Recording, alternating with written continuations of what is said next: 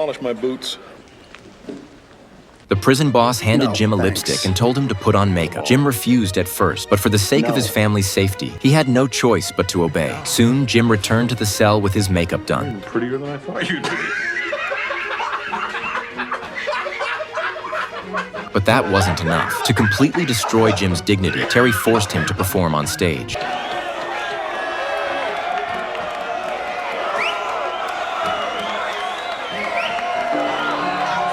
Even after such humiliation, the master was still unsatisfied and ordered him to shine his shoes. Jim immediately took out a handkerchief and knelt down. With your tongue.